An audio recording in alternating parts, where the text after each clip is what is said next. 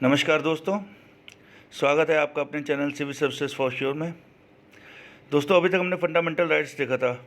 Article 12 से 35 तक मैंने बताया था होता है। हमने आर्टिकल 30 तक देख लिया था। 31 मैंने बता दिया था आपको कि ये ख़त्म कर दिया गया है। अब ये एक फंडामेंटल राइट नहीं रहा है, ये राइट टू प्रॉपर्टी था। वो आर्टिकल 300A आर्टिकल 300A में चला गया दोस्तों। ठीक है, आज जिस पे हम बात करेंगे वो है article 32, right to constitutional remedies. दोस्तों, क्या है कि संविधान निर्माताओं ने जब संविधान बनाया तो उन्होंने इतने सारे फंडामेंटल राइट्स दे दिए। ऐसा फंडामेंटल राइट्स इतना वाइड और लिखा हुआ इतना डिस्क्रिप्टिव वे में ये कहीं नहीं मिलेगा आपको, किसी भी देश के संविधान में नहीं मिलेगा। जब उन्होंने दे दिया तो उन्होंने सोचा कि यार ये तो एक यूज़लेस चीज़ हो जाएगी, वर्थलेस चीज़ हो जाएगी अगर कोई हम मशीनरी ऐसी नहीं बनाते हैं जिससे कि अगर मान लीजिए इनका वायलेशन होता है तो हम इसको सही कर सकें। ठीक है दोस्तों, तो उन्होंने फंडामेंटल राइट्स में ही इसको सही करने के लिए एक और राइट दे दिया। यानी कि अगर आपका फंडामेंटल राइट वायलेट होता है तो उसको सही करने के लिए भी जो राइट है वो भी एक फंडामेंटल राइट है। वो वही है आर्टिकल 32 दोस्तों, राइट टू कॉन्स्टिट्यूशनल रेमेडीज़। ठीक है, अंबेडकर जी ने इसी आर्टिकल को heart and soul of constitution भी कहा है। मतलब अगर ये आर्टिकल ना हो दोस्तों तो सारे आर्टिकल्स होने का मतलब नहीं है, बाकी के फंडामेंटल राइट्स होने का मतलब नहीं है। ठीक है दोस्तों, क्योंकि अगर कभी इसका वायलेशन होगा तो आप कहाँ जाएंगे। इसलिए इन्होंने आर्टिकल 32 दे दिया कि ये भी एक फंडामेंटल राइट ही है। मतलब it is your fundamental right to go to the court.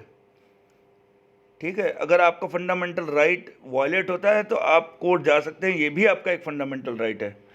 इसमें आप सीधे दोस्तों सबसे मतलब बड़ी बात यह है कि आप सीधे सुप्रीम कोर्ट जा सकते हैं। ये नहीं कि पहले आपको सबऑर्डिनेट कोर्ट जाना है, हाई कोर्ट जाना है, सुप्रीम कोर्ट जाना है। आप सीधे सुप्रीम कोर्ट जा सकते हैं दोस्तों। ठीक है, इसमें क्या होता है दोस्तों, देखिए सुप्रीम कोर्ट आपका फंडामेंटल राइट को गारंटी करता है। तो गारंटर इसको कहते हैं हम लोग, guarantor of fundamental rights. Supreme court guarantor है आपके फंडामेंटल राइट्स का। ठीक है, सुप्रीम कोर्ट क्या करता है दोस्तों, ये रिट्स इशू कर सकता है। रिट्स कौन कौन से होते हैं वो मैं अभी बताऊंगा आपको। ठीक है, लेकिन इसके अंदर क्या है कि पार्लियामेंट अगर चाहे दोस्तों, पार्लियामेंट अगर चाहे, स्टेट लेजिस्लेचर नहीं, यहाँ पे सिर्फ पार्लियामेंट को पावर दी गई है। पार्लियामेंट चाहे तो सुप्रीम कोर्ट के साथ साथ और भी किसी कोर्ट को ये पावर दे सकता है कि आपके फंडामेंटल राइट्स को वो सिक्योर करे और रिट्स इशू कर सके। ठीक है, इसके तहत दोस्तों मैंने आपको पहले भी बताया था, हाई कोर्ट को तो संविधान ने ही पावर दे रखी है। हाई कोर्ट आर्टिकल 226 के तहत उसको पावर दे रखी है। फंडामेंटल राइट्स का उल्लंघन होता है तो आप हाई कोर्ट भी जा सकते हैं दोस्तों। लेकिन ये वाला जो है ना, हाई कोर्ट वाला 226, एक फंडामेंटल राइट नहीं है। ये पार्लियामेंट चाहे तो इसको अमेंड कर सकता है, अमेंड करने को 32 को भी कर सकता है। लेकिन केशवानंद भारती केस मैंने बहुत बार बताया है आपको, केशवानंद भारती केस 1973 में संविधान ने बोला है कि संविधान संशोधन यानी कॉन्स्टिट्यूशनल अमेंडमेंट उन्हीं का किया जा सकता है जो कि हमारे संविधान के बेसिक स्ट्रक्चर नहीं है। ठीक है, बेसिक स्ट्रक्चर। और सुप्रीम कोर्ट ने उसी केस में कह दिया कि आर्टिकल 32 बेसिक स्ट्रक्चर है, यानी कि आर्टिकल 32 आपसे अब्रिज नहीं किया जा सकता, आपसे लिया नहीं जा सकता है दोस्तों। ठीक है, ये कह दिया है। और देखिए आपको जो सुप्रीम कोर्ट में आप डायरेक्ट आर्टिकल 32 के तहत चल जा सकते हैं, ये कब नहीं जा सकते हैं, ये सिर्फ एक ही समय है दोस्तों, जब नेशनल इमरजेंसी लगेगी।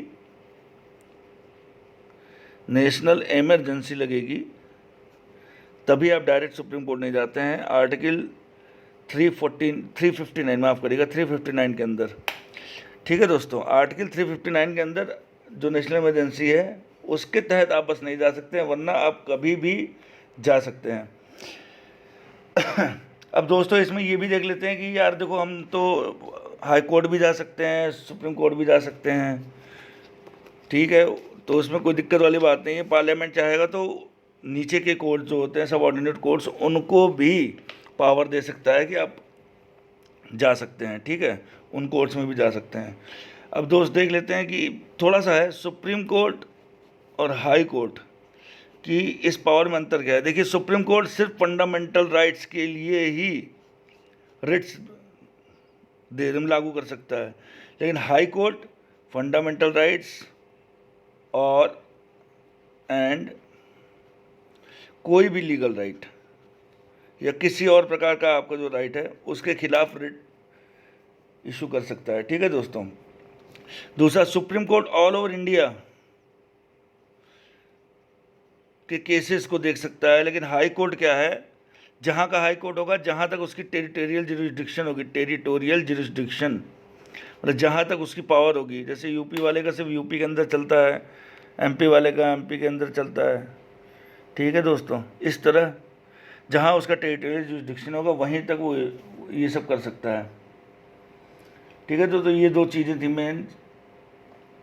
और एक चीज़ और देखिए, ये जो आर्टिकल 32 है और आर्टिकल 226, आर्टिकल 32 एक खुद फंडामेंटल राइट है और ये फंडामेंटल राइट नहीं है। इससे एक चीज़ ये निष्कर्ष निकाला जा सकता है कि सुप्रीम कोर्ट मना नहीं कर सकता आपको फंडामेंटल राइट्स में रिट इशू करने के लिए, लेकिन हाई कोर्ट चाहे तो मना कर सकता है। It may refuse, it may not refuse, ठीक है दोस्तों।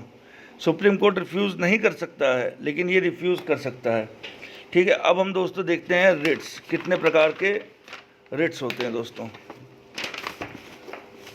रिट्स के बारे में देख लेते हैं। पहला होता है दोस्तों हेबस कॉर्पस, ठीक है। इसका मतलब होता है to have the body of, to have the body of. दोस्तों समझिएगा, हेबस कॉर्पस में क्या होता है, सुप्रीम कोर्ट या हाई कोर्ट या जो भी रिट इशू करने का पावर रखता है, वो क्या करता है दोस्तों, वो जैसे मान लीजिए एक्स है और वाई है, एक्स ने वाई को डिटेंड कर रखा है, डिटेंड यानी पकड़ रखा है, या आपने मतलब पकड़ रखा है, आप ये समझ लो, मतलब वाई उसके ग्रहण अधिग्रहण में है एक्स के। तो सुप्रीम कोर्ट क्या करेगा या हाई कोर्ट क्या करेगा, एक्स को ऑर्डर देगा, एक्स को ऑर्डर देगा कि वाई को हमारे सामने पेश करो, ठीक है दोस्तों। ये ही बस कॉर्पस होता है, इतना समझ लीजिए बस, कि जिसको पकड़ा जाता है और जो पकड़ता है, तो सुप्रीम कोर्ट क्या करता है, जो पकड़ा है उसको ऑर्डर देता है कि जिसको पकड़े हो उसको मेरे पास लेके आओ, ठीक है। इससे दोस्तों देख लीजिए, कभी कभी एसएससी पूछ लेता है, बुलवार्क ऑफ इंडिविजुअल लिबर्टी भी कहते हैं हेबस कॉर्पस को, ठीक है। अब दोस्तों इसमें एक चीज़ और है, ये एकमात्र ऐसा रिट है जो कि इंडिविजुअल मतलब प्राइवेट इंडिविजुअल जो होते हैं वो प्लस पब्लिक अथॉरिटीज़ के खिलाफ, दोनों के खिलाफ लगाया जा सकता है, ठीक है दोस्तों। चलिए दूसरा देखते हैं, मैंडेमस। हेबस कॉर्पस हो गया आपका मैंडेमस। मैंडेमस का मतलब होता है दोस्तों वी कमांड। इसमें क्या है दोस्तों, वी कमांड में सुप्रीम कोर्ट कहता है किसी पब्लिक ऑफिशियल को कि अपनी ड्यूटी को परफॉर्म करो। अगर वो अपनी ड्यूटी ठीक से परफॉर्म नहीं कर पाया है, मतलब जानबूझ के अपने जो अपनी ऑफिशियल ड्यूटी है उसमें फेल हो गया है या परफॉर्म नहीं कर पाया है, या तो रिफ्यूज़ कर दिया है कि नहीं करेंगे, तो supreme court high court mandamus issue कर सकता है उसके खिलाफ, ठीक है। इसमें दोस्तों वही है कि मैंने आपको बताया था, सिर्फ यही है जो कि प्राइवेट इंडिविजुअल्स के खिलाफ इशू कर सकते हैं, इसमें प्राइवेट इंडिविजुअल्स के खिलाफ नहीं इशू कर सकते हैं, ठीक है दोस्तों। तीसरा है प्रोहिबिशन। प्रोहिबिशन में होता है टू फॉरबिड, इसके नाम से ही आपको लग रहा है प्रोहिबिट करना। प्रोहिबिट करना इसमें क्या है कि एक हायर कोर्ट जैसे कि सुप्रीम कोर्ट हुआ, चाहे हाई कोर्ट सबऑर्डिनेट कोर्ट को बोले, या तो सुप्रीम कोर्ट सबऑर्डिनेट कोर्ट या हाई कोर्ट को बोले, या तो जो ट्रिब्यूनल बनते हैं, ठीक है, तो जो हायर कोर्ट है वो लोअर कोर्ट या ट्रिब्यूनल को कह सकता है कि भैया ये आपकी पावर के अंदर नहीं है, इसलिए आप अपनी पावर से ज़्यादा, आपके अपने जुरिस्डिक्शन से ज़्यादा आप काम मत करिए, मतलब उसको प्रोहिबिट कर सकता है। ठीक है, आप उसको प्रोहिबिट कर सकते हैं कि भैया लोअर कोर्ट आपके पावर में नहीं है, आप इस चीज़ को मत करिए। ये हो गया आपका दोस्तों प्रोहिबिशन। चौथा है सर्टिओररी, इसका मतलब होता है to be certified.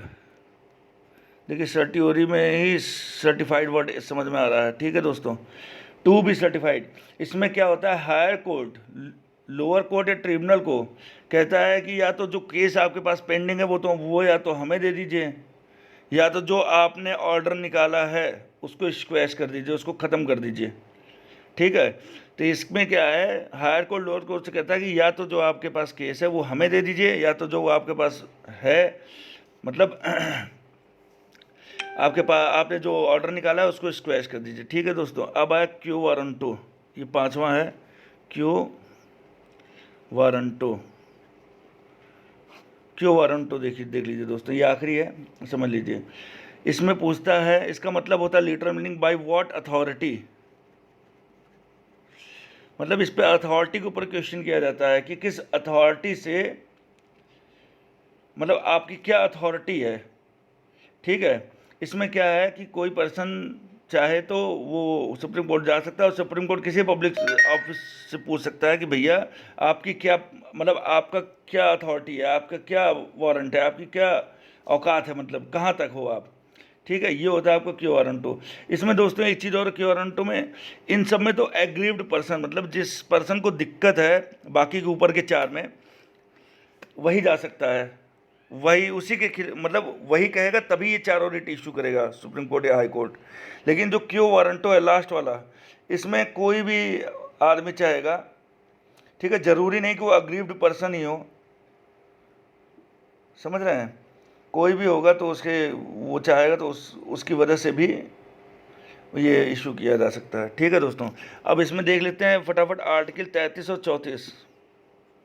Article 33, article 33 में क्या है कि पावर दे रखा है पार्लियामेंट को कि जो मेंबर्स होते हैं आर्म फोर्सेस के या पैरामिलिट्री फोर्सेस के, समझ रहे हैं, या पुलिस फोर्सेस के, या तो जो उनके समानांतर जो और भी फोर्सेस होते हैं, इंटेलिजेंस ब्यूरो होता है, इन सब में जो लोग काम कर रहे हैं उनके फंडामेंटल राइट्स को छीन ले कुछ हद तक। ठीक है, और ये जो पार्लियामेंट लॉ बनाएगा उसे किसी भी कोर्ट में किसी भी ग्राउंड पे आप चैलेंज नहीं कर सकते हैं। ठीक है, इसके तहत बहुत सारे एक्ट है, जैसे air force act, navy act, army act, दुनियादारी, ये सब बॉर्डर सिक्योरिटी फोर्सेज एक्ट, ये सब उसी के अंदर आए हुए हैं। ये इसलिए किया गया दोस्तों कि ये कोई एसोसिएशन ना बना सकें, प्रेस से डायरेक्ट ना मिल सकें। ठीक है, उनकी फ्रीडम ऑफ स्पीच थोड़ी छीनी जाती है, क्योंकि वहाँ पे बहुत ज़रूरी होता है ना यार कि आप बहुत ही बंद के काम करें, बंद के नहीं, जैसे कुछ मतलब सिक्योरिटी ऑफ इंडिया की बात होती है, वहाँ पे कुछ चीज़ अगर आपने प्रेस से बात कर ली, बता दी, तो वो हमारी सिक्योरिटी के ऊपर खतरा बन सकती है। ठीक है दोस्तों, अब है आर्टिकल 34, देख लेते हैं। आर्टिकल 34 में क्या कहता है कि जहाँ पे मिलिट्री रूल लगा हुआ है, मिलिट्री रूल मार्शल लॉ लगा हुआ है। मिलिट्री रूल मतलब ये नहीं हुआ कि जहाँ भैया पूरा देश में ही लगा हुआ है, जैसे कि जम्मू कश्मीर में लगा था, नॉर्थ ईस्ट में लगा था, आपसा सुना होगा आपने, आर्म फोर्सेस वाला। ठीक है दोस्तों, उसमें क्या है कि जहाँ पे लगा हुआ है वहाँ पे लोगों के, वहाँ पे जो लोग रहते हैं उनके फंडामेंटल राइट्स को, इसमें था कि आर्म फोर्सेस में काम करने वाले, ठीक है, इसमें क्या है, जहाँ पे ये चीज़ लगी हुई है वहाँ के जो लोग रहते हैं उनके कुछ फंडामेंटल राइट्स को छीन लिया जाता है। ठीक है, ये भी लॉ से पार्लियामेंट ही बना सकती है दोस्तों, इसमें स्टेट लेजिस्लेचर का कहीं काम नहीं है, समझ रहे हैं दोस्तों। और इसमें भी आप किसी कोर्ट वोट नहीं जा सकते हो भैया, काम ख़त्म। यही चीज़ें हैं, ठीक है भाई। और आर्टिकल 35 भी देख ही लीजिए। आर्टिकल 35 में है कि कोई भी लॉ बनाना होगा, ठीक है, जैसे कि कोई भी लॉ बनाना फंडामेंटल राइट से रिलेटेड, या तो रीजनेबल रिस्ट्रिक्शंस लगाने हैं, वो सारे काम सिर्फ पार्लियामेंट ही करेगी। स्टेट लेजिस्लेचर को कोई पावर नहीं है, सिर्फ पार्लियामेंट को ही पावर है कि वो ऐसा करेगी। जैसे कि अगर ये चाहे आर्टिकल, पार्लियामेंट चाहे तो आर्टिकल 32 के तहत 32 जो मैंने अभी आपको बताया, उसके अंडर वो किसी और लोअर कोर्ट को भी रिट इशू करने की परमिशन दे सकता है। हाई कोर्ट और सुप्रीम कोर्ट छोड़ के सबऑर्डिनेट कोर्ट्स को भी दे सकता है। लेकिन वो आर्टिकल 32 के तहत उसको पावर कहाँ से आती है? वो आर्टिकल 35 से आती है कि वो चाहे तो इससे कर सकता है, ठीक है। ठीक है दोस्तों, तो फिलहाल मैं यहीं पे ख़त्म करता हूँ। अब फंडामेंटल राइट्स आपका यहाँ पे ख़त्म हो गया है। अब directive principles of state policy है। इसमें दोस्तों आपको आर्टिकल थोड़े रटने पड़ेंगे, फंडामेंटल राइट्स और directive principles of state policy, इन दो में। और फंडामेंटल ड्यूटीज़, फंडामेंटल ड्यूटीज़ में एक ही है लेकिन उसके अंदर बहुत सारे हैं, ABCD3EFGH करके, तो वो आपको थोड़ा देखना पड़ेगा दोस्तों, रटना पड़ता है वो, क्योंकि वो पेपर में एस सच ही पूछ सकता है, ठीक है दोस्तों। फिलहाल इतना ही। कोई दिक्कत है तो बताया करिए, या कोई नहीं दिक्कत है तो फिर ऐसे ही चल रहा है, क्या दिक्कत है। ठीक है दोस्तों, ओके, थैंक यू।